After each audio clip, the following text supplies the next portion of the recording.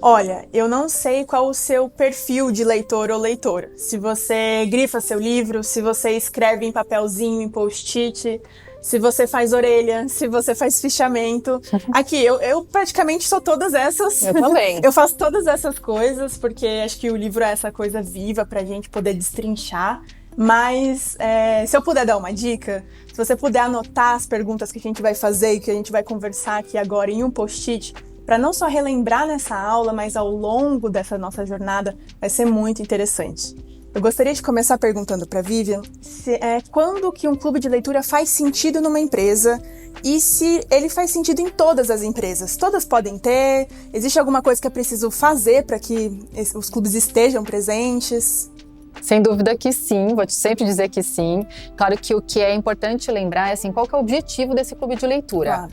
É incentivar as pessoas a lerem. Que tipo de leitura vai ser feito? São leituras de textos menores, textos que são de ficção, não ficção. Então essas escolhas que a gente está querendo aqui instrumentalizar as pessoas. Mas sempre é possível sim instituir um clube de leitura, em especial quando se quer aumentar o repertório das pessoas, desenvolver pensamento crítico, quer trabalhar com novas vozes, porque tem a ver com isso, assim, quem são as pessoas que falam? De repente essa empresa já está acostumada a fazer cursos, a dar palestras, que a gente também faz, mas muitas vezes as pessoas ficam mais escondidas, mais retraídas, não participam tão ativamente, a não ser que seja uma super dinâmica.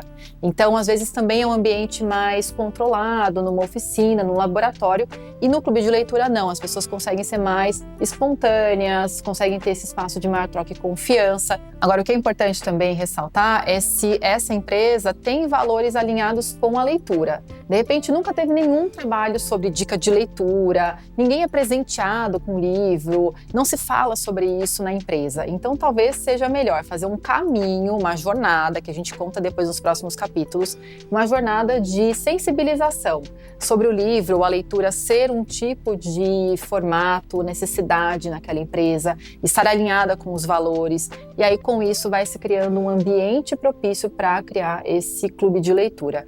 Mas, sem dúvida que a gente defende que todas as empresas podem ter, é sempre como essa jornada é construída, esse caminho é plantado aí para que ele tenha um resultado positivo. Exato, e eu acho que existem muitas temáticas que dão certo num curso, numa palestra, que cumprem as funções, né, o que está sendo proposto, mas outras habilidades e outros temas, num clube de leitura, num lugar de troca, num lugar onde todos se escutam e todos falam, é essencial para, de fato, entrar ali no que quer ser dito, no que quer ser desenvolvido, no que tá exatamente o que você falou, que é um valor na empresa e que precisa ser olhado com mais cuidado, né? Para não serem verdades absolutas. Vem Exato. a pessoa palestrante com todo o seu repertório e traz verdades ali para aquelas pessoas. Não, no clube de leitura as pessoas podem se manifestar de maneira mais confiável, mais dialogada de fato do que ouvir alguém dizer sobre aquele assunto. Uhum. Então esse é um ponto muito importante mesmo. Uhum. Agora, Isa, um clube de leitura requer um mediador ou mediadora. Minha pergunta é, qualquer pessoa pode ser mediadora de clube de leitura? Gente, ninguém nasce mediador, como nenhuma outra profissão. E assim como a Vivian falou que sim, a gente pode ter em todas as empresas os clubes de leitura, a gente também acredita aqui na VRS que qualquer um pode ser um mediador ou uma pessoa mediadora de clubes, mas eu digo isso também com um cuidado, com a sensibilidade de perceber que tudo passa por um desenvolvimento. É preciso se preparar. Então, normalmente, e a gente vai falar sobre isso aqui no nosso curso, a pessoa que vai ser a mediadora dos encontros, ela tem uma participação ativa na organização. Ela tem uma participação ativa na curadoria dos livros, nas temáticas que serão abordadas. Ela também tem uma participação em olhar para essas lacunas, para o que a empresa visa desenvolver ou precisa, ou que equipes estão demandando. E também vai ser a pessoa que vai refletir sobre como resolver. Não só como por meio dos clubes, mas com quais temáticas, com quais tipos de narrativa.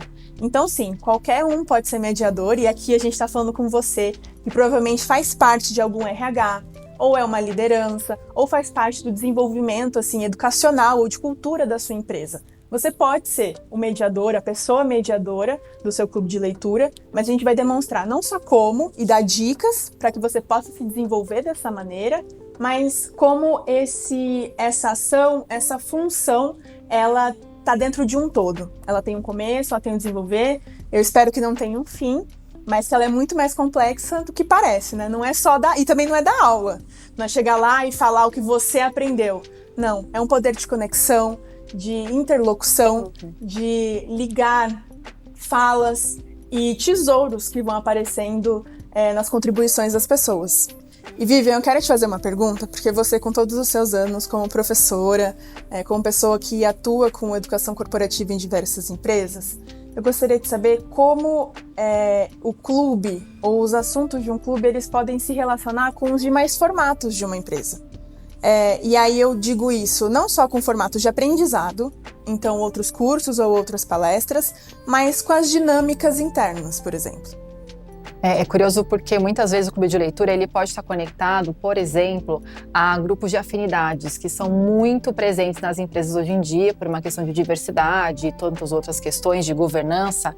Então, é um tipo de formato que casa muito bem, porque muitas vezes esses grupos de afinidades trabalham temáticas de diversidade, mas talvez sem o embasamento ou talvez sem os repertórios que estão em outros lugares, fica muito ali na empresa. Então já tem uma conexão direta, clube de leitura com o grupo de afinidade. Também dá para conectar com, a gente vai ter uma palestra de sensibilização sobre um tema. E a gente quer aprofundar questões de gestão, questões de criatividade, questões de liderança por meio de um clube de leitura que vai fomentar e criar esse caminho de aprendizado também. Então, o clube ele pode se conectar e ser uma junção de muitos tipos de formatos.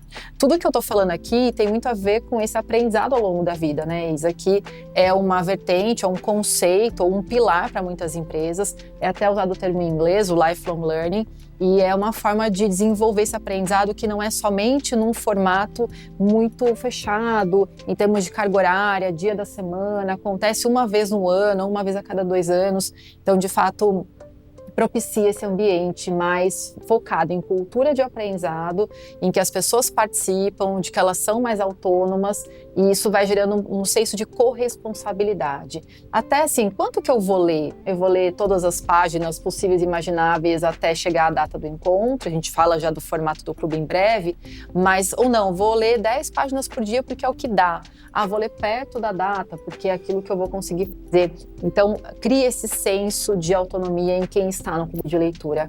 Então, resumindo a resposta, o clube de leitura ele tem muito a ver com essa função de uma cultura de transformação de aprendizado e, ao mesmo tempo, ele se conecta com vários formatos. Por isso que a tua pergunta inicial é isso, assim, toda empresa pode ter um clube de leitura? Sim, e é como você constrói esse caminho de transformação.